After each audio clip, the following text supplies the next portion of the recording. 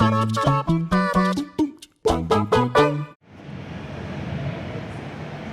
I reckon I can take him. Hello everyone and welcome back to WhatCulture Gaming's EGX 2019 coverage. My name is Jules Gill, the true and one found superhero of WhatCulture.com, joined by my sidekick, the lovely Rachel Howie. That's right, she got married recently. I did. I know, but that's not what we're going to be talking about today. We are going to be talking about Marvel's Avengers, which is this new game here that is utterly amazing, because we have been lucky enough to sit down and do a behind closed doors playthrough of some extra bits of this new Avengers game that you will not see on the store floor. And we're going to give our first impressions about every bit of detail that we got in that special playthrough for you lovely people today. So the first question, Rach, is, do you like the Avengers? I do like the Avengers, Jules. It is fantastic, isn't it? And what would you say about the experience that we got to play thanks to Square Enix? It was absolutely incredible. I gotta be honest, it sort of took me by surprise. I didn't realize we were going to get such an intimate experience with it. So we got a little presentation that sort of showed us what the game was about, introduced us to the story, the mechanics, the online, you name it. And then, of course, we got to sit down and play something completely different, like Jules just said, to what people are playing here on the show floor. So what these guys are playing out here is A-Day, so that's the first level. However, what we got to play was like a sort of arena mode kind of thing. A hazard room that's called Harm. And it's a training room, kind of like the Professor Xavier's training room for the X-Men, in which you get to go in there and take on AIM, which is the new big bad of this video game, all of their robotic soldiers as Kamala Khan. And trust me, it was so much fun to play. Yeah, I feel like Kamala Khan, Miss Marvel, I feel like she was such a nice welcome surprise, because what Crystal Dynamics have done is they've done like they did with Tomb Raider. They've taken the Avengers, they've put their own spin of originality on it, and it is so, I know we saw that first footage and we thought, where's Robert Downey Jr.? Where's our Avengers? But no, this is not, of course, MCU Avengers. This is Crystal Dynamics and Sony and Marvel, and it's just so good. I love it. It's so fresh, and I really am totally on board with it. What I love is the fact that after we spoke to some of the producers that work on the game, they were telling us about how they are looking to bring originality and humanity to the proceedings. So what they're telling with this story is a personal tale that affects all of the Avengers that we know and love thanks to the MCU and beyond. But they have also cherry-picked from different areas across the 80 years of lineage in order to create a unique story that is, at its core, incredibly brutal. It starts, for example, as we know from the trailers, with Cap dying. He dies on A-Day. So the Avengers are broken, they're fragmented, and it's up to us, as Kamala Khan, to bring back all of the Avengers, reunite them, and help stop the new threat, which in this game takes the form of AIM, which is what was described as it's a benevolent evil in the fact that it was trying to help people through unity and trying to help them progress humanity through technology. But unfortunately, it seems like things might be taking a bit of a twist, and in fact, there may well be a cover-up as to what happened in the events of A-Day. Yeah, we know better. This is a comic book game. This is a comic book story.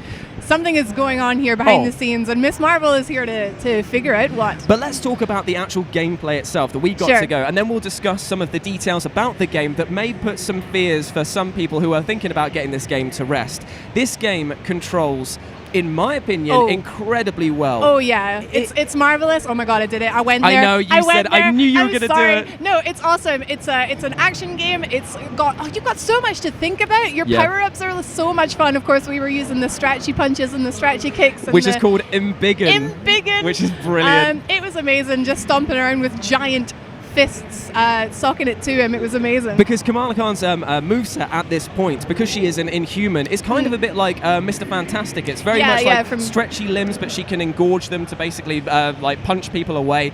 And all of the combat that you've got your light attacks, you've got your heavy attacks by holding it down that break through shields, you've got your dodge that makes it feel very much like the Spider-Man games. You've got a heal, but what's really interesting is when you hold down that R2 button and you actually start to drain a meter that you build up through combat, and that allows you to grow in size, but it doubles your attack and gives you a whole nother set of moves. So that means that if you've got an enemy that's coming towards you and you're not doing enough damage, you can just get bigger and beat the crap out of them. What I really like is obviously this is very unique to how she plays. This is how that character plays, but how the entire game is going to play on a whole is completely different with every single character you try.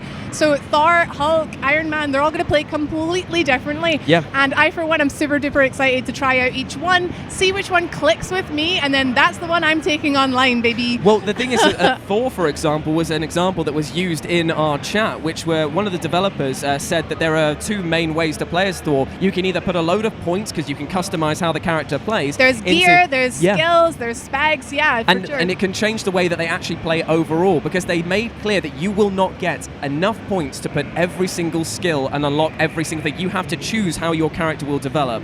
And they were saying that they ended up with two completely different Thors. One played it as a tank, putting lots of power into the hammer and strength, and the other one put it into flight and recharging the special meter, which meant that they could fly for longer and do more aerial damage to be a support character. And I think that is great, because what you're getting is 6 main characters to begin with, but you're actually getting, if you go down the different skill trees, maybe 3 different versions with each. The potential, the replayability, the min-maxing. I'm someone who loves playing through a game and trying to find the absolute best combination of gear and stuff. I play too much Diablo 3, Jules. I'm surprised you didn't say Dark Souls. That was literally your Dark Souls as well. And I'm really personally really looking forward to trying out each one for sure. Oh yeah, and the fact is that Crystal Dynamics have assured us that there will be new characters, new missions and new maps that are attached to those characters that will be coming out after launch for free. I could not believe that. I think that is incredibly generous, and because they could easily have charged for each new hero as DLC packs by themselves, but no, they're so confident in this game and they're so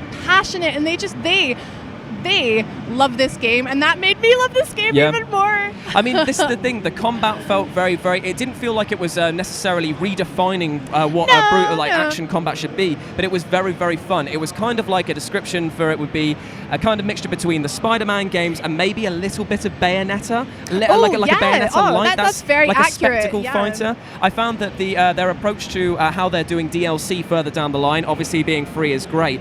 But what I loved is that they are saying that the only things that you will be able to buy are going to be the cosmetics. There is no gameplay, no pay-to-win thing going on in here. I asked them directly, I said, is any of the loot going to be randomized? And they said, the in-game loot will be randomized in that you can unlock different parts and bits to upgrade your character, but they will never be purchasable. You will never be rolling a dice on a loot box. And I said to them, in this climate, it would have been a death sentence to do that. So they have won my heart by doing that. Yeah, no, they know what they're doing, and they're doing it well. Like I said, it is just really good to see them so happy with it. I just can't get over it. I've got secondhand happiness off of it. I love the fact as well that some of the costumes as well are literally fan favorites or ripped out of obscurity. You could even dress Hulk up in the pinstripe purple skin. He's got the name and I can't remember it off the top of my head, but it is so great to see that. And they said that they're going to add in new character designs. They're going to add in new costumes that aren't actually from the comics, that are just, they're going to be working with artists to create stuff that represents a new take on the Avengers. Yeah. And with all of the extra characters they'll be adding in, it's amazing. And you can take this online. Do you know what? The online part of it was somewhat of a fear of mine, because I was like, I knew this would be a very strong campaign game that I would probably enjoy. But for me, especially with things like, if I'm spending money on a cosmetic, I'm going to do that so I can show it off to people. Yeah. But glad to say, everything online is, you can use all your custom cosmetics in that. Everything online sounds pretty good. So you, of course, unlock and progress through the campaign, and you can progress separately through the Warzone. War zones. Yep. Yeah. So you do the hero maps yourself. You do the war zones online if you want, or you can do them solo. And they sort of open up different parts of the story that are not in the main campaign. Basically, to summarize, there's so much to do. It's like bonus missions, effectively, isn't it? Like, you can go and do a Scarlet, a Scarlet Witch, I was going to say. Maybe. Black Widow. Black Widow, yeah, that's what I actually meant, though. One day. You do a Black Widow mission that might unlock something else for Hulk. For Hulk or some other character. And I think really that's cool. great. And so it means that whatever you're doing, whether it's offline or online, you feel like you're progressing and actually helping win this war that's been going on. So, absolutely. In short, I believe that this is a very strong foot forward for Crystal Dynamics. They've already proven what they can do with the Tomb Raider franchise, making it relevant for this day and age, and now I feel like they are really giving some time, care, and more especially love to a franchise that the world over is so appreciated right now. Yeah. Fingers crossed they can deliver a product that carries enough variance in the gameplay itself in order to actually keep people satiated for all of this time frame that they're planning on.